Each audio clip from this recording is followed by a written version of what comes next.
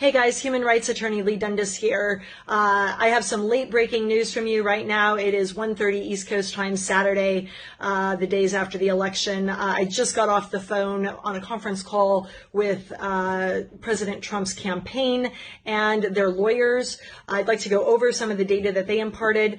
The first thing to know is media does not call elections, folks. I repeat, media does not call elections. Elections are done in a standard way that is set forth in our democratic process. And what Donald Trump wants the world to know at this point is this is no longer at this juncture a fight about a president or presidency. This is a fight about the very bedrock of our constitutional republic and the democratic process. You cannot have a free country if you cannot trust the electoral process in that country. If we have widespread voter fraud, we are no different than all of the banana republics across the world, third world countries, communist countries in which I do work. So at this point, Donald Trump isn't fighting for a president or himself. He is fighting literally for the democratic process, for the electoral process and the integrity of it. And here's the thing, if we don't win this and get rid of all of this evil and these electoral inconsistencies and these voter fraud issues, we're never going to be able to have a safe election again in the future. And the Republican Party, or any party, is never going to be able to fairly compete on a level playing field. So this, at this point, is about much more than who's the next president. And he is absolutely in this to win this, guys. Okay, so I want to get you up to speed on a few of the states that we've all been watching like hawks, and obviously the campaign is as well. In Arizona, they have late ballots that are still dropping. They are uniformly breaking in favor of Trump, such that Biden's lead is down to about 20,000 when a few days ago it was 5 times that. They are going to continue to break in that direction, and if so, we should be good to go. If not, when it's within 1%, there's an automatic recount, as I understand it, and or a party can request a recount. Georgia is already going to a recount. The Secretary of State there, Brian Kemp, is a Republican. He is a sane guy. They have lots and lots of overseas and military ballots that are still outstanding, and it is likely going to be weeks, I repeat, weeks before Georgia can be properly tallied, which means nobody at this point should be calling the race. Also, they have evidence of illegal ballot harvesting in multiple counties in Georgia, and they believe the recount, they know the recount is going to shine a light on this, bring all of the fraud to the surface, to the surface, where the ballots that were not properly cast can be invalidated. And again, once they handle this, then we know how it's going to shake out, and it's going to shake out in Trump's favor.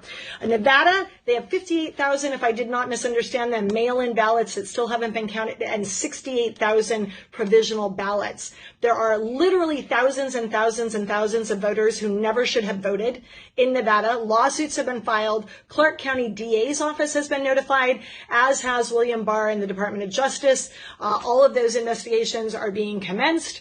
And again, once these inconsistencies, anomalies, and straight up election issues that never should have occurred have been handled, we have a close race there, but it's a doable thing. The other thing to know about Nevada is 90 days out, guys. Apparently their legislature or governor, I'm not sure which, rammed through changes that allowed for massive mail-in voter, and their voting lists weren't up to speed.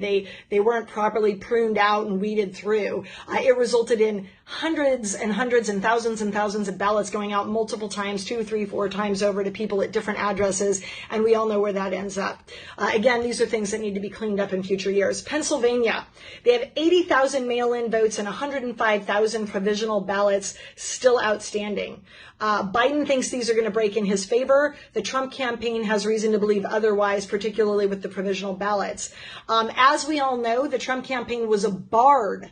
They were actually prevented from having observers in the process, even after the courts ordered Pennsylvania to stand the hell down and let us observe. If you don't have transparency in a voting process, you don't have democracy in function, or in fact, you don't have a constitutional republic. All of this stuff is now coming to light. They also, like Georgia, have thousands of overseas and military ballots, if I didn't already mention it. And as we are learning, and the Trump campaign is well ahead of us on this, they had statistically impossible voter turnout which has already been referred for investigation, and they have multiple cases of counties curing deficiencies in ballots. And we all know what that means. Putting addresses on them and signatures on them when they didn't arrive with them, and doing things that should never be allowed in any sort of honest election. Again, these are the types of things that are coming to light and are being handled by the Trump campaign.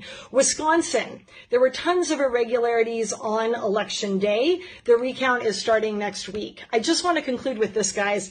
There's a recent study that came out, literally I saw it this morning. Mathematicians, statisticians, and economists are concluding, not opining.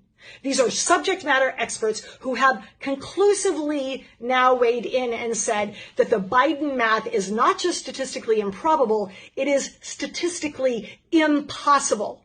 And I'm going to give you a couple of key quotes from this. The voter turnout in Wisconsin apparently annihilated the historical record of 66% by almost 30 percentage points. The odds of this occurring are 0.00000. That's 5 zeros after the decimal point, guys. 0.000000189%, or 1 in 52 million. Statistical analysts have noted that this 5-point deviation was not only a statistical improbability, but a virtual statistical impossibility. I am reading direct quotes from this article, which will be in the comments. Biden also pretty clearly fails an accepted test for catching election fraud that is used by the State Department and forensic accountants. For what it's worth, I'm continuing to quote, there also happens to be a record number of 90-year-olds registered to vote in 1 year during a pandemic, more so than at any point in Pennsylvania history. Nothing suspicious there, right, guys? Final quote, and here is a list of over 14,000 dead people. I repeat, here's a list of over 14,000 dead people who either voted in Wayne County, Detroit, or were registered to vote. Again, guys, we don't have a democracy. We don't have a constitutional republic. We don't have jack squat if we don't have transparency and honesty in voter turnout, in elections, and in our presidential run. What we are fighting for right now isn't who the next damn president is. It is the very bedrock of our country. And if we lose this fight, we lose all. The other thing that Donald Trump wanted you to know is there are 3 things that we should stand by and be ready to do. 1, if you can possibly donate. I know we've all donated, but now is the time. DonaldTrump.com is where you can donate, guys. This is not a rallying cry for donation. This is just, obvious, guys. They're having to maintain thousands of attorneys at this point, and you need to get the attorneys paid to do this work. Secondly, if you notice any voter irregularity at all, or you hear of it at all, you should report it to the Trump folks, and that can happen at 1-800-895-4152. Again, that phone number is 1-800-895-4152. And the last thing we need to do is stay ready.